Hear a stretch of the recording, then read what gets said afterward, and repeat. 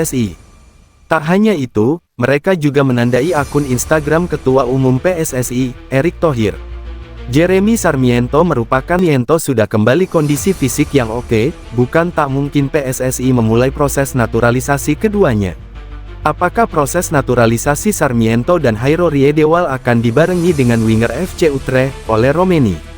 Andai benar, peran tiga nama di atas bakal sangat krusial saat timnas Indonesia tandang ke markas Qatar di matchday ke-7 grup C kualifikasi Piala Dunia 2026 zona Asia pada Kamis, tanggal 20 Oktober tahun 2025. Jeremy Sarmiento bisa membentuk trio tangguh di lini depan bersama oleh Romeni dan Marcelino Ferdinand. Jairo Riedewal sudah berlatih bersama sang klub. Alternatif lainnya adalah, pemain 20 tahun ini dimainkan sebagai wingback kanan dalam pola 3-4-3.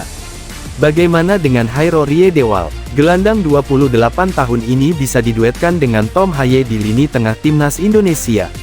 Untuk Ole Romeni, pemain 24 tahun ini akan menggantikan peran Ragnar Oratmangun yang menjalani akumulasi kartu. Ole Romeni bisa bermain sebagai winger kanan, atau penyerang tengah dalam pola racikan Patrick Kluivert.